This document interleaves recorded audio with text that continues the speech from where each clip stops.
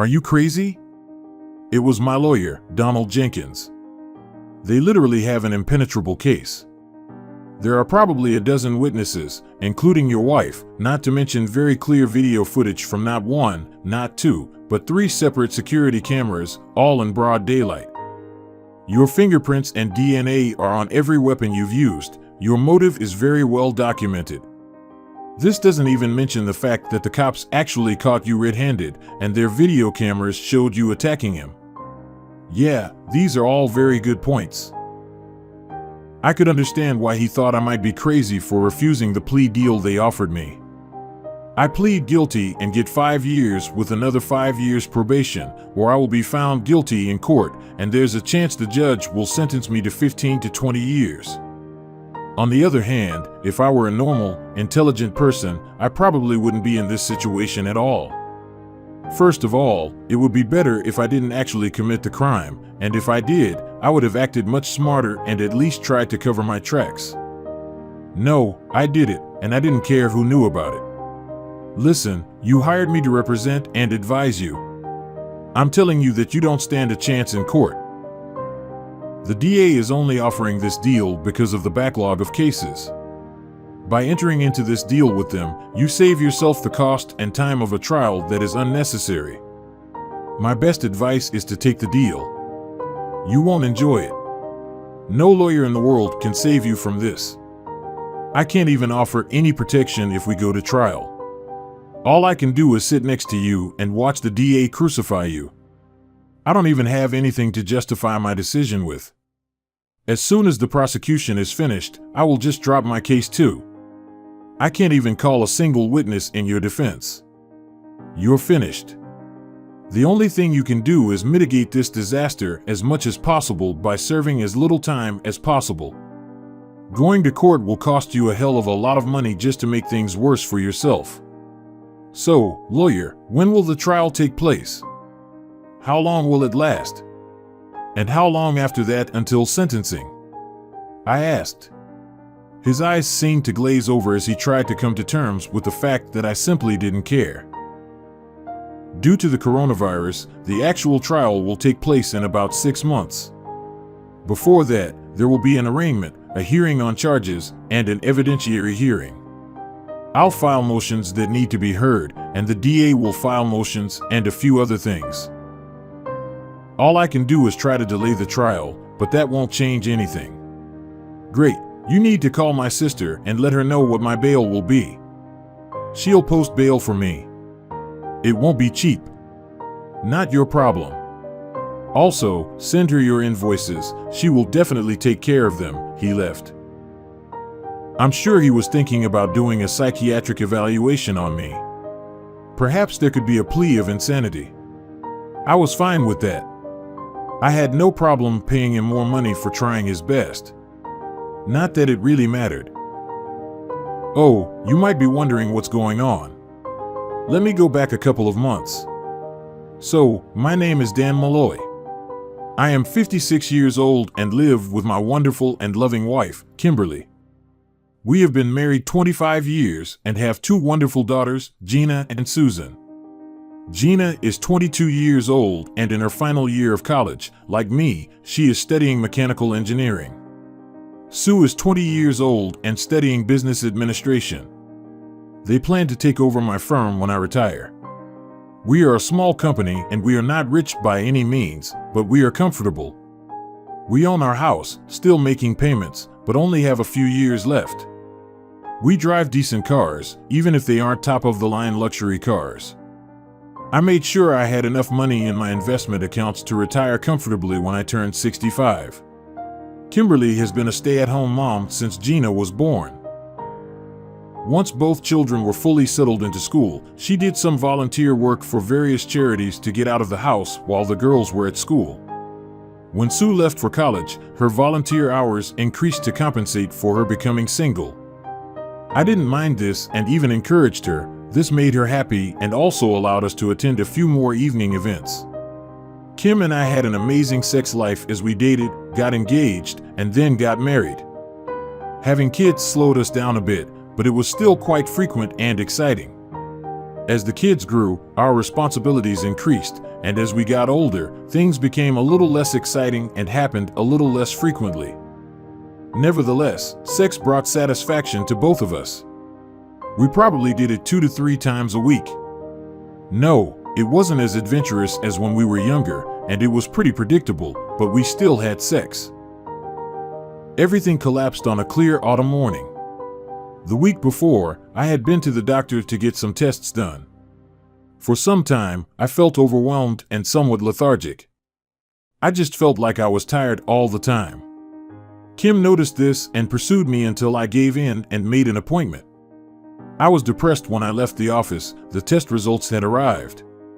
I decided that I would not return to the office that day. I needed to go somewhere and think. Plans had to be made and decisions had to be made that would take place. I also needed to think about what I was going to tell my wife and daughters. I headed to a small sports bar. I like to have a burger and some alcohol while thinking about the news. I was standing at a traffic light outside a local college when I noticed my wife's car pulling away. This was not a surprise. One of the things she volunteered for was college tutoring. She earned a degree in English before we were married and has always loved literature. Having free time, she tutored some students on campus. What was surprising was that she was not alone. In fact, she wasn't even driving. Kim was sitting in the passenger seat, and a young and very large black guy was driving. I was 2 cars away from the traffic light, and they didn't see me. Even from the quick glance I took, it was quite obvious that Kim's full attention was focused on the guy who was sitting behind the wheel. It all seemed wrong.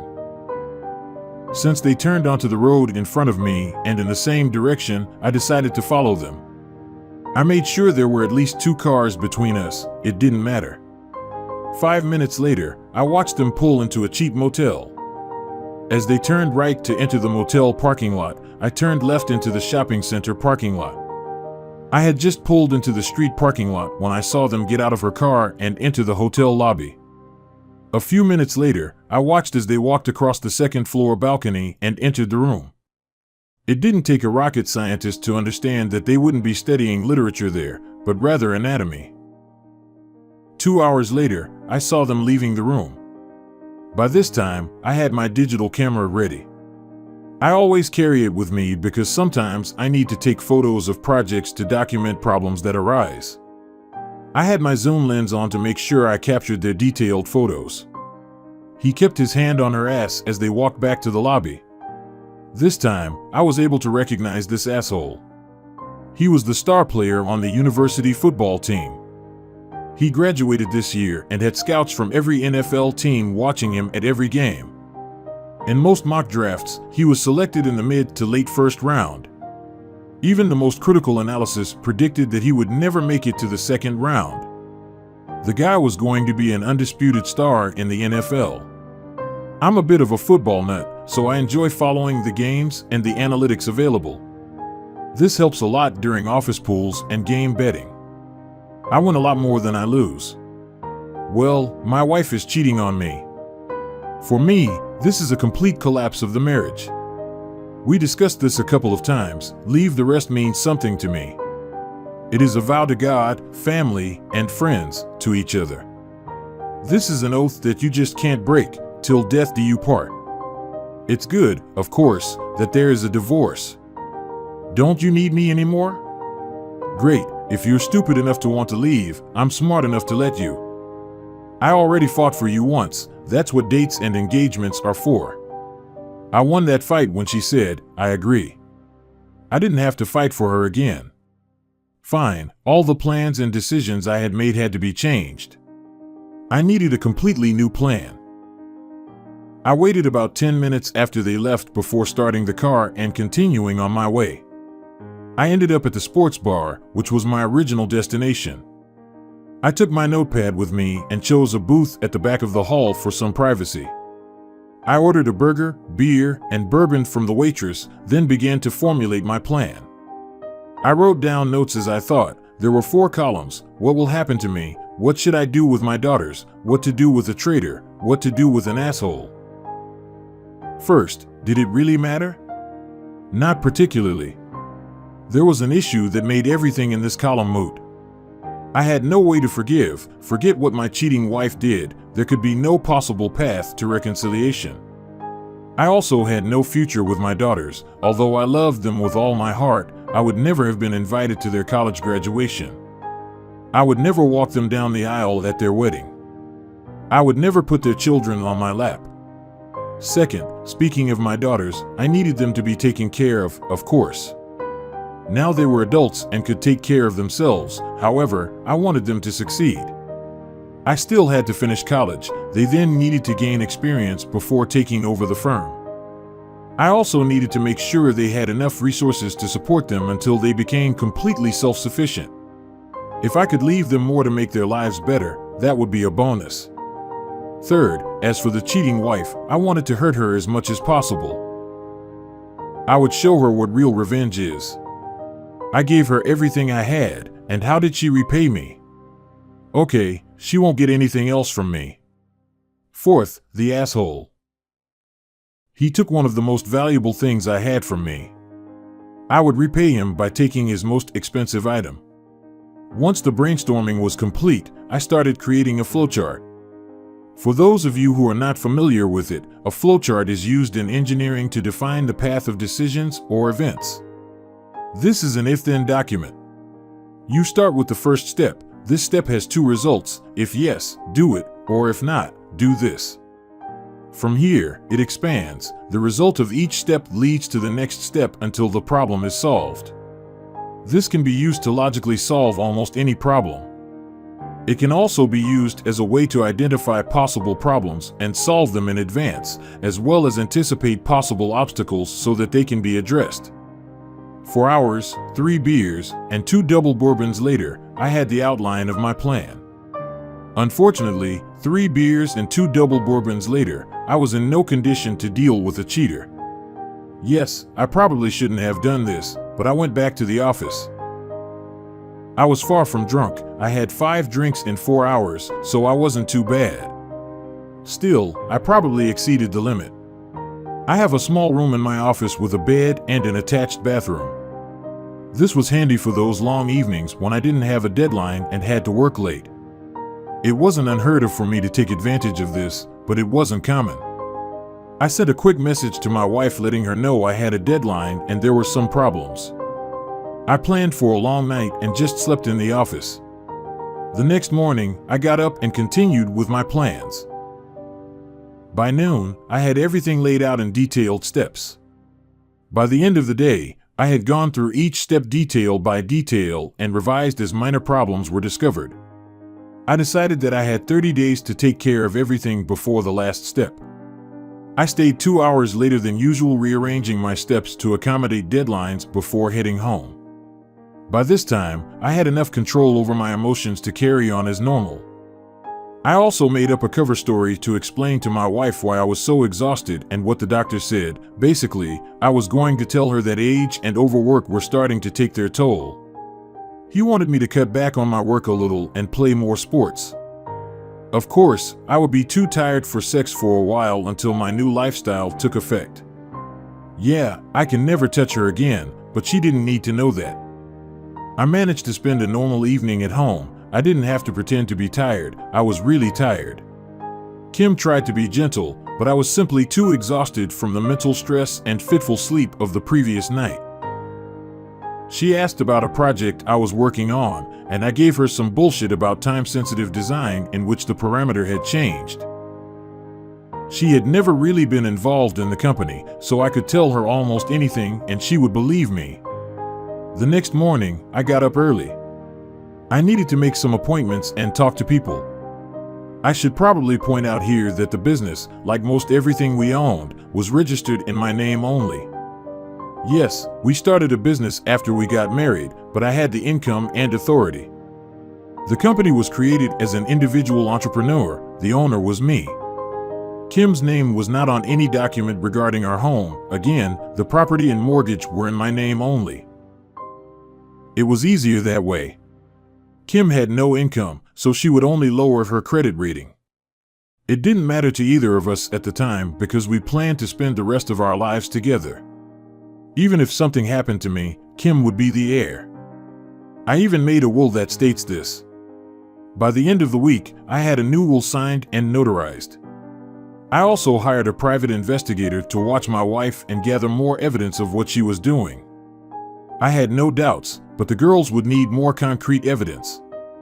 It was a simple step. The next few steps will be a little more complicated and will require assistance from lawyers and business professionals. Carly, how is my beloved sister doing today? I asked when she answered the call. Damn it, I better be your favorite sister since I'm the only sister you have, you idiot, she answered. What do you want? What do I want? I'm deeply offended that you immediately assume I want something when I call you. Yes, yes, yes. When you start a conversation with that favorite shit, you always want something. What is it? Well, besides your sarcastic remarks, I really want to see my beloved and most beautiful sister. It's been a while, and I thought you might want me to treat you to lunch today. Oh shit, it's worse than I thought. Favorite, beautiful, and you buy? Wait until I look at the sky and see if the 4 horsemen of the apocalypse are approaching. My sister and I got along very well. We were pretty much all we had left after our parents died. She divorced her cheating husband about 5 years ago. She has since gone back to school and earned an MBA. She was currently working as an account manager for a manufacturing firm in the city. They were one of my clients. In truth, she was too smart for the position, and all she needed was experience and time before she could become vice president. If she had gotten her MBA and started working with them straight out of college, she could have become a CEO by now. Instead, she married this jerk and quit her job for a while. Seriously, Care, I really need your help. I need to see you today. Take the whole day off and meet me at Hammerheads at 11 a.m. There was desperation in my voice, and I'm sure she heard the breakdown in it. Oh shit, everything is bad, isn't it? This is worse than you can imagine. Please come. Of course, big brother. I will be there. Not only are you my big brother, but we both know that I owe you everything for what you have done for me. You don't owe me anything, little sister. I did what I did because you are my family. You needed help, and I just did what family does. Okay then, this time I will do as the family does. I was at the same table in the far corner when she entered. The hostess pointed in my direction, and she came and sat down opposite me. Do you have to come back today? I asked it. No, you asked me to take the afternoon off, which I did, she answered. Hearing this, I placed our order to the waitress. I knew what she liked, so I just ordered it for both of us. Bourbon at this time? Damn, this must be the apocalypse almost, I answered. Okay, Carly, here it is. You know that I have long wanted you to come over and work for me. I understand that you want to be on your own and earn money in your own way. You think that working for your family will look like nepotism. This is simply not true. You are very good at what you do, and you are underestimated where you work. I really need you now. Listen, Dan, I appreciate your offer, I really do. I'm just not sure how it will work. I know we get along great, but what would be different if you were my boss? I have heard horror stories about family members going to work for their relatives. I sigh. Okay, sister, I didn't want to do it this way, but I'm desperate. When I said that I needed you to work in my company, it was not an exaggeration. I need you to do more than just come work at my firm. I need you to take over as CEO. I need you to run the firm, at least until Gina and Susie are ready. I need you to be their mentor and prepare them for this. Once they reach 30, you can start handing over responsibilities if you feel they are ready. Gina will likely take over as Chief Operating Officer, while Susie will become General Manager by then. You will be able to retire or work as a consultant from time to time.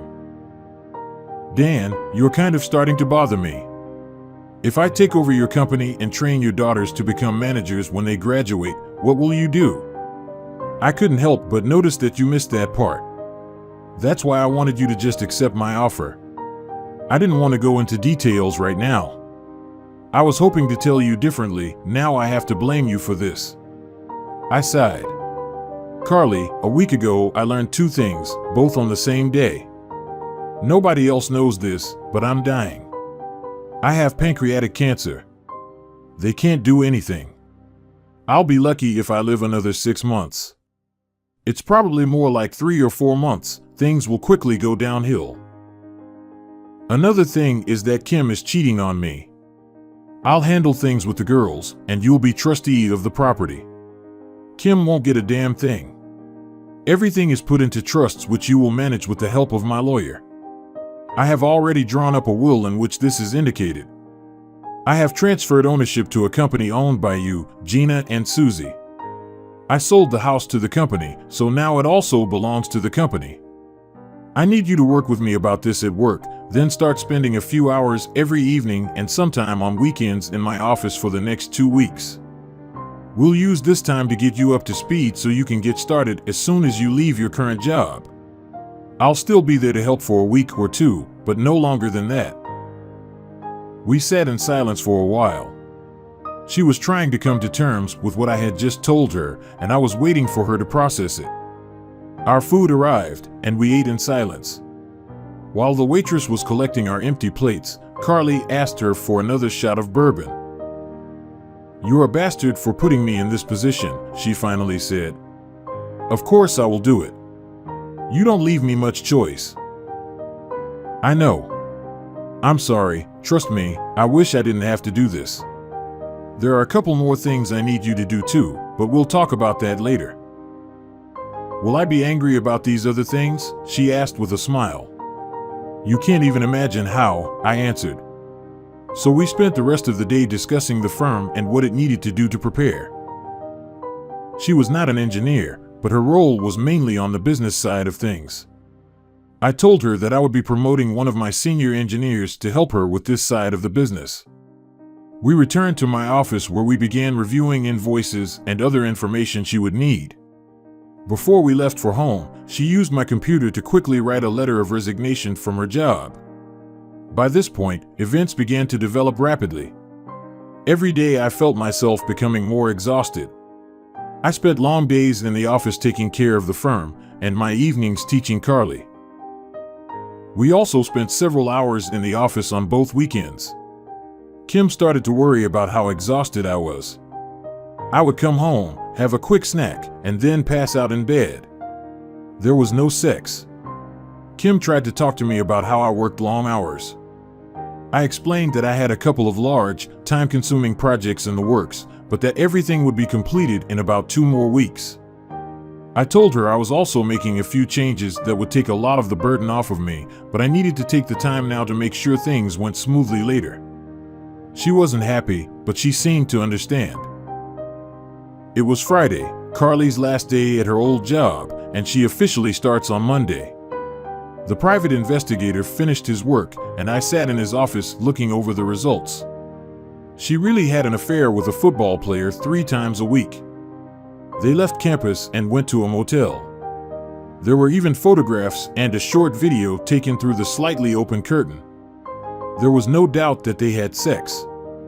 I thanked him and paid the rest of the bill. He gave me paper documents and a flash drive.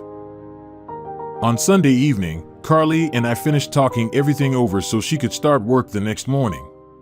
It had been a long day, and I felt it.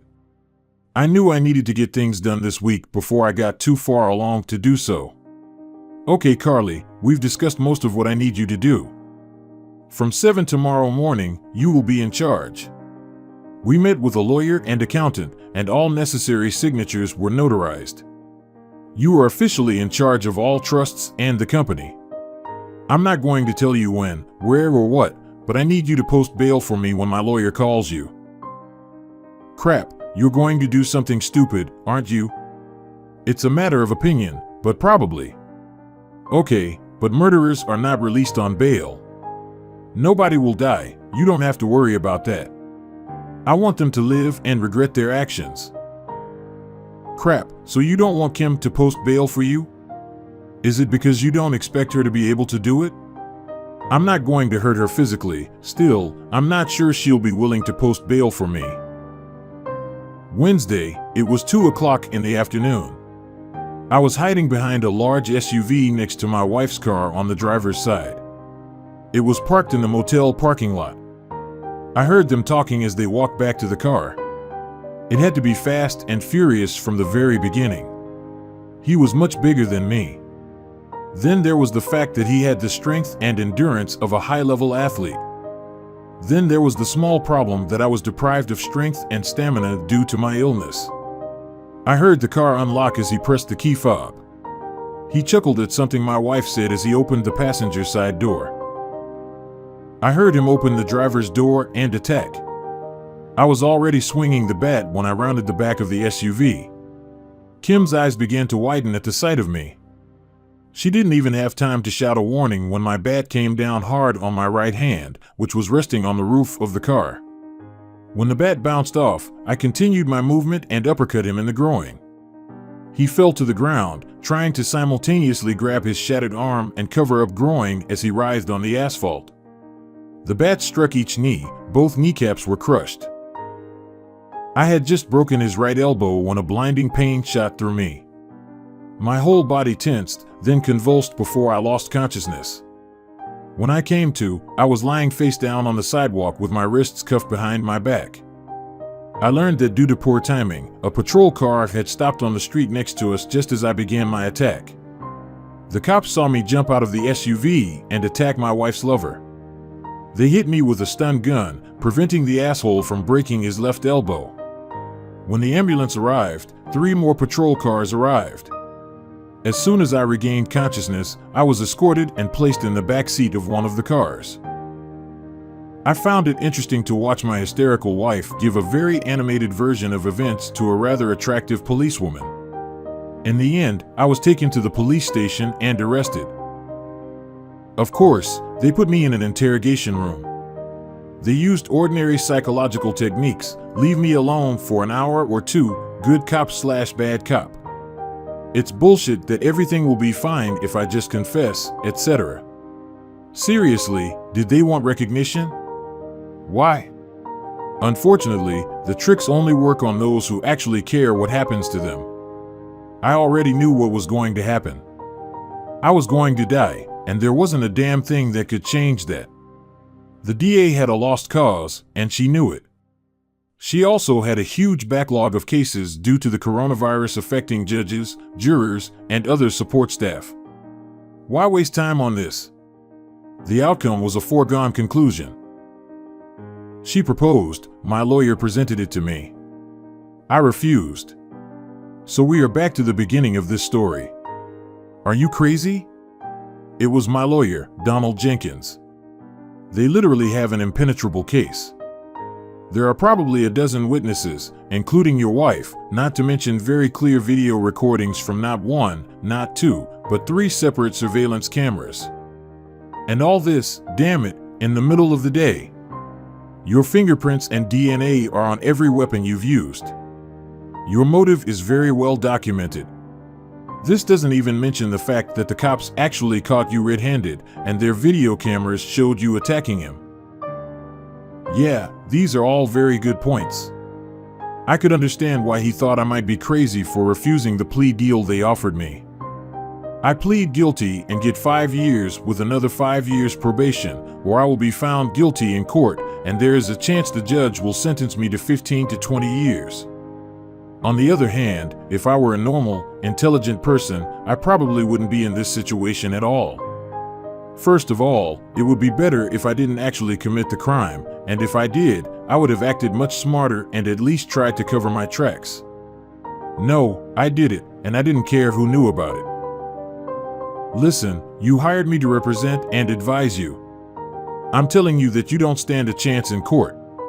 The DA is only offering this deal because of the backlog of cases.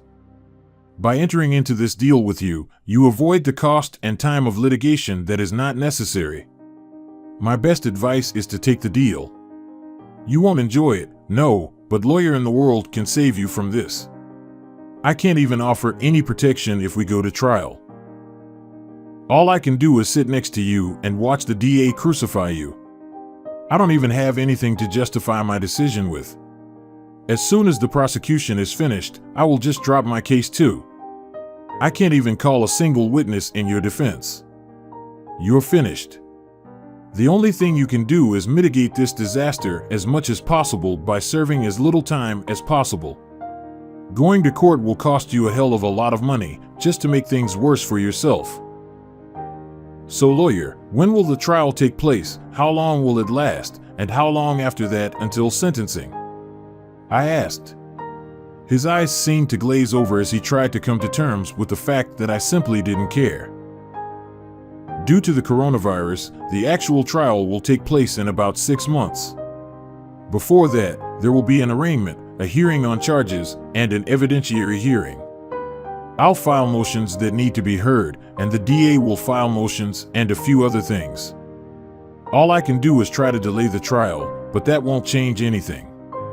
Great, you need to call my sister and let her know what my bail will be.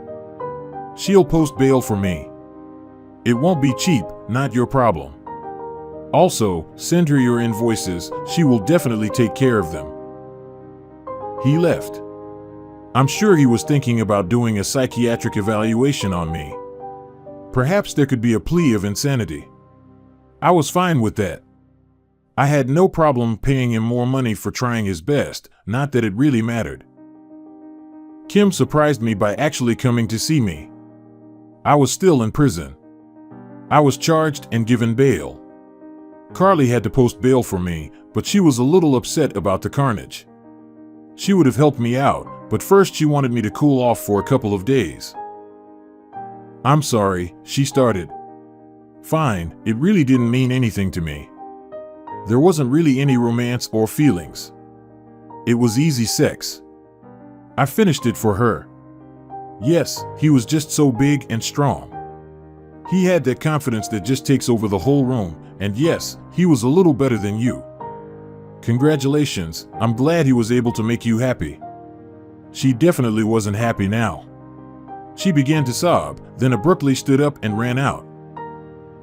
Well, the next day I was released on bail. Carly picked me up and took me back to the office. Well, if you wanted to ruin his life, you succeeded. He will never play sports again, even for fun. His right hand is crushed. They expect it to restore at best only 50% of its use. Both knees are destroyed. He'll be able to walk again, but that's it. His elbow will never fully extend either, she said after we sat down in her office. So I did it. Why such a massacre? Just, he took away one of the most valuable things I had. I decided to repay him in kind. He took my wife from me. I took the game of football away from him. An eye for an eye. The future is for the future. You realize they're going to sue, don't you? Sue whom and for what? Are they going to sue me? I'll be dead long before this comes to trial. If they try to seize my property, they will find that I don't have it. All I have at the moment is a couple thousand, which I can live on for a couple more months. They can sue as much as they want, but they have nothing to recover. They can't go after the company because I already left the company. They can't go after the girls because they are adults and on their own. The only person they can go after is Kim, and I really don't care. Besides, she doesn't have the money to pay them off either. Fine, so what's your plan for now? Now? Just, I'm going to die. I refused the deal that was offered to me. It'll be a couple of months before the case goes to trial, and by then I'll be gone. You really need to talk to your daughters. They should know, and they really care about what you did. I plan to do this tonight actually. You can do this in a few minutes, they're on their way. I have reserved a conference room for you for the rest of the day. Half an hour later, I sat across from my 2 daughters at the conference room table. Dad, what the hell? The video of you beating the guy with a baseball bat is all over the news. And what the hell did Mom do there? Gina asked. I pushed the folder towards them. Your mom was there because they had just left the motel room where they had sex. He was your mother's lover. These are documents from the private investigator I hired. Did you know that he was a star football player in college and that he was expected to be drafted in the first or second round? You ruined his career. Yes, I knew that. I did this on purpose. He took the love of my life, so I took what he loves. But now he'll sue you for everything you have and you'll go to jail for a long time. Neither one nor the other will happen. First, I made sure I had nothing to lose. I don't have any assets that anyone can take. The company is no longer registered in my name. It now belongs to a company in the name of Carly and you all. The money is in trust funds for the two of you. The house is actually in a trust in your name. You own everything. Carly is the executor of the trust. Your mother has no access to any of this. What you do for her is no longer my concern. Is there any chance you can make peace before you go to prison? No chance at all. And I already said that I won't go to jail. Dad, be realistic. It is impossible that you will not be condemned. We watched all the shows about it and looked at all the articles. There's no way you can get away with what you did. I won't get away with this. I'm not even trying. My emotions overwhelmed me from the moment my beautiful daughters entered the room. It hit me suddenly, like a truck hit me. I wouldn't have been there for their college graduations. I wouldn't be there to walk them down the aisle at their weddings. I would never be able to hug my grandchildren. I cried. I felt the presence of two people next to me, and they were holding me with their arms wrapped around me. Oh my God, what happened, Daddy? Susie asked. I'm dying, little ones. I have a really bad form of cancer. I have 2 months left at best. They both screamed. I suddenly felt someone behind me hug the three of us. I looked and saw tears running down Carly's cheeks. The four of us sat and cried for a few more minutes until we were able to get our emotions under control. Finally, I sat the girls back down in their chairs. As you can see, I will be gone long before my trial begins. Besides, I'll be dead before any trial even begins. Once I leave, they won't be able to get anything from me. Everything I had was disposed of long before the attack. They can't even foreclose on the house because I sold it to a company. The proceeds from the sale went to a trust. This trust will be available to you when you reach age 30. I have no assets. I cashed out all my investments and donated them to charity. Why didn't you tell us about this earlier? G asked. I found out about this about a month ago. Right after I left the doctor's office, I saw your mother's car driving away from the university. Her lover was driving, and she was in the passenger seat. I followed them to the motel they went to. I watched them enter the room, then waited for about 2 hours for them to leave. I was devastated. Not only did I find out that I only had months to live, but I also discovered that the love of my life was cheating on me. I spent the next 2 days planning what I would do. Here is the end result of this planning. We talked and cried together for another hour. Then it was time for business again. I invited Carly to do this. We discussed the company's new organizational structure. When Gina graduates, she will begin working with engineers. She will participate in all projects and attend management meetings. Once she receives her PE license, she will be given her own projects to manage. Over time, she will begin to help Carly run the company. It is hoped that by the time Gina turns 30, she will be able to take over as Chief Operating Officer. As for Sue, she will become Carly's assistant. When she graduates, she will work side by side with Carly in the business side of the firm. Sue will take over as CEO when she is ready. With Gina handling operations and Sue handling business, everything should work out well. Carly will also be available to consult and arbitrate between the two. This was a week later.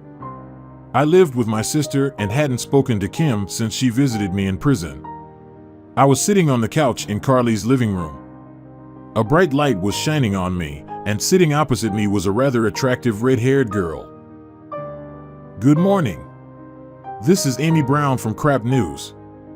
I'm here with Dan Malloy, who is charged with causing grievous bodily harm during a brutal attack on a star player. Mr. Malloy kindly agreed to an interview. She headed towards the cameras, then turned to me. Mr. Malloy, I'm actually surprised that you're giving an interview. Are you concerned about the judge's gag order in this case? It doesn't bother me at all. There's really not much he can do about it. By the time it airs and he sees it, there's nothing he can do about it. But he can charge you with contempt of court and send you to prison. I laughed. Well, I really despise the divorce laws in this country. Look at them. A wife can cheat on her husband as much as she wants. If her husband tries to divorce her, she will get the children, the house, child support, and maintenance. She usually also receives most of the other assets. The poor man who marries her ends up living in a cheap apartment, eating top-quality ramen, and giving most of his income to his ex-wife to party with her string of lovers. They reward traitors and punish those who have done nothing wrong. Aren't you afraid of going to prison? Not in the least. What about the long prison sentence you are expecting? First of all, I wasn't actually convicted of anything. In our country, there is always a principle of innocent until proven guilty. Yes, but you must agree that there is irrefutable evidence against you. Yes, I am aware of this. I'm not the least bit worried about this. Fine. I can't wait to find out how you can be so sure of this. But what about Jamal's lawsuit against you? I understand that he is seeking over $40 million in compensation for lost income, pain, and suffering, not to mention lifelong physical maintenance. Blood from a stone. It will not happen. There's nothing to take from me. I'm unemployed and homeless. I have no assets. But you have a successful engineering firm and a huge house. No, that's not true. I sold my business and home over a month ago. I put everything I owned into trust funds to ensure that my children would be taken care of if anything happened to me. All this was absolutely legal and ethical. All taxes have been duly paid. I cashed out all my investments and gave it all to charity. I don't even have a salary to steal. Fine. Let's get back to the attack. You never denied that you did it, but you never said why. Why did you attack him, and why so viciously? It seems like you deliberately targeted areas that would destroy any chance of an NFL career. Oh, that was certainly my goal. If the police hadn't used a stun gun on me, I would have crushed his other elbow and then added a couple more good blows to the groin before stopping. It was never my intention to kill him, just to maim him and destroy his capabilities. The attempted murder charge brought by the DA is a joke. My intention was never his death. In fact, I tried my best to avoid blows that could kill him. If I had wanted to do this, my first blow would have hit him on the head, not on the arm. So why did you attack him in the first place? Isn't it obvious? Where did the attack take place? In the motel parking lot. Who was with him? My wife. They had an affair. They had just left the room they had been in for 2 hours. I decided that if he could take away the most important thing in my life, my soulmate, I would take away the most important thing in his life, his football career. Understand, you have certainly achieved your goal. What about your wife? After all, it takes two to tango. Are you planning to take revenge on her somehow? Yes, but I won't reveal it now. I won't use any physical violence on her, so you don't have to worry about that. My revenge on her for betraying me will be completely legal. Oh, she will suffer greatly, but she will not be able to do anything about it. In fact, what I planned has already been done, but she doesn't know about it yet. When will she find out? When will this interview air? Fine, let's get back to your upcoming prison sentence. It doesn't threaten me. I still haven't been convicted by a court. Then it's okay. How about we return to the question of your likely conviction and prison sentence? This question is much better. So, why are you so sure that you will not be convicted and sent to prison? Let me begin by recounting the events of a day that occurred just over a month ago. I felt very tired and exhausted for a while, so I went to the doctor to get tested. About a week later, I came back to find out the results. They weren't good. I had just left the doctor's office when I saw my wife's car leaving campus. I thought it was weird because Jamal was driving her car and Kim was in the passenger seat. I followed them to the motel and waited several hours for them to come out. After seeing them together, I hired a private investigator to get hard evidence of what I saw. I also started taking action according to what the doctor told me. Initially, these measures were supposed to include caring for Kim. After what I saw, I simply crossed out this part of the plans. Now everything I did was to make sure my daughters were taken care of. They were always going to end up taking over the business, and I just made it official. I also hired a really good businesswoman to act as CEO and prepare the girls to take over when they were ready. I also transferred the company from a sole proprietorship to an LLC and also transferred authority in my own name. All the money I had is now put into a trust fund for the girls that is controlled by someone else. I also put the title of my home into a trust fund as a gift to the girls. So, I'm not the least bit worried about possible recriminations because I won't be around. The doctor told me that I had really aggressive pancreatic cancer. It's incurable. At best, I have 2 months left. More than likely, I will die within a month. My trial won't even start for another 3 months. What are they going to do? As for my wife, I'm leaving her with nothing. Perhaps our daughters will take pity on her and help her. It's not my concern anymore. In addition, documents proving her affair with the student will be sent to the university council as well as to the relevant law enforcement agencies. I also have a copy for you if you would like. I must inform you that copies will also be sent to all major media outlets. You just ruined their lives. Don't you think it was a little over the top? Not in the least. They ruined my life, or what was left of it. Imagine being given the worst possible news, and all you wanted was for your spouse to comfort you.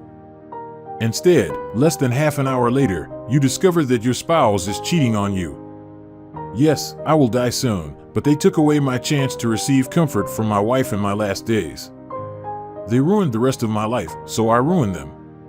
At least they will be alive and can try to restore everything. Perhaps he can at least become an example for all the other scumbags who like to seduce married women. I shrugged. Fine, that's all we have at this moment. Thank you for agreeing to this interview. This is Amy Brown from Crap News. Amy gathered her notes and stood up. She shook my hand and passed me a note before leaving. After she left, a stunning blonde came in and sat next to me. A few minutes later, she was ready, and the dazzling light came on again. This is Jessica Moore from CUNT News. I am sure the judge would have been seriously pissed off when these interviews aired. I decided it was best to get them all done in one day before he could do anything about it. In any case, this was my last day of freedom. It didn't matter much where I was tomorrow. If he wanted to put me in jail for contempt of court, it would cost him a pretty penny. My lawyer would take care of that. Well, that pretty much ends there. I mustered what little strength I could still use before the first interview. By the end of the day, I was exhausted. Early the next morning, Carly took me to hospice, where I would stay until everything was over. Yes, the judge disrespected me. He was about to send the cops to take my ass to jail when my lawyer and doctor informed him that I would need to be admitted to the infirmary due to the state of my health. The cost of this will be high. They also indicated that they would be sure to mention it in the media. Instead, he had me put on an ankle monitor to make sure I wasn't leaving the hospice. I laughed. I had nowhere to go anyway. Carly and the girls visited me almost every day. I understood that they could not always come, but they were there when they could. Sometimes, I was able to video chat with them for a while. They kept me informed of events. Kim tried to visit me, but I crossed her off my visitor list. She gave the girls letters to give to me. They handed them to me when they arrived, and I just threw them in the trash after they left. I wasn't interested in anything she said. The district attorney initially tried to reschedule the trial date. My lawyer resisted. It soon became obvious that it didn't matter. I wouldn't be able to attend anyway. My lawyer then began a public campaign about how the DA was wasting money and resources by pursuing a case in which the defendant would be dead before trial. Being reasonable, the DA quietly dropped the case. Yes, a lawsuit was filed. In fact, both Kim and I were in it. Since we were still married, she would be responsible for my debts after my death. This made me laugh. My girls are here with me. Carly too. I'm so exhausted. I can say this is the end. I don't want to fight this anymore. I have nothing left and no reason to continue. I see another person slowly enter my room. Kim, my wife. I haven't seen her since she visited me in prison immediately after my arrest. Yes, I asked her to come. She nervously enters the room and sits next to the bed. I'm sorry, she said. I know. I also wish I overdid it with you. No, you didn't do that. If you left me anything, it would simply be taken away in a lawsuit. Besides, I was the one who screwed up and started the affair. I forgive you for this. I asked the girls to take care of you. I don't want you to go hungry or be homeless. I forgive you too. It's probably for the best. This asshole will definitely try to take everything I have. As long as I have a place to live and enough money to live on, everything will be fine. I'm sorry I couldn't comfort you these past few months. That's all I did. I will have to live with this regret for the rest of my life. Don't be too hard on yourself. I left you. I could just face you and get over it. Instead, I acted out of revenge. You did what you thought you should have done. You were rightfully angry. Please know this, I never stopped loving you. I will love you until the day I die. When this happens, we will meet again, and I will love you forever. You are my soulmate. I forgot about it for a while, but I'm back. I see that you are tired now. Sleep, my love. Go in peace. We'll meet again. Dad prepaid for his funeral. He also had a funeral account set up in case his mother needed it. The plots have also already been purchased. We decided to have a private ceremony. It was only a family ceremony, but we agreed that 2 reporters could attend and film the video. We were adamant that they would not make a scene. It was a pleasure, and Amy and Jessica were very respectful. Jamal actually filed a lawsuit against Dad's estate. As you already know, he had no property to fight for. They tried to take over the business and trust funds, but we were able to defeat these claims. Dad had nothing to do with the firm at the time of the attack, and the trust funds were sacrosanct. Besides, Carly, Sue, and I were not involved in any way. Mom also acted dishonestly. A judgment was issued against her to recover $20 million. Even though she had nothing that they could take away, the decision still stood. Sue and I hired my mother as a cook and housekeeper. She gets free room and board. We make sure she has enough cash for the funds she needs. Everything is legal and fair, at least as far as anyone could prove. His lawyers sniff around for something from time to time. They don't get paid until he can collect the money. He doesn't have the money to pay them. Being them sucks. Eventually, they will get tired of it and give up, at least until the fact that Mom has a lot of money becomes known to the general public. However, her name is kept secret. She's suffered enough.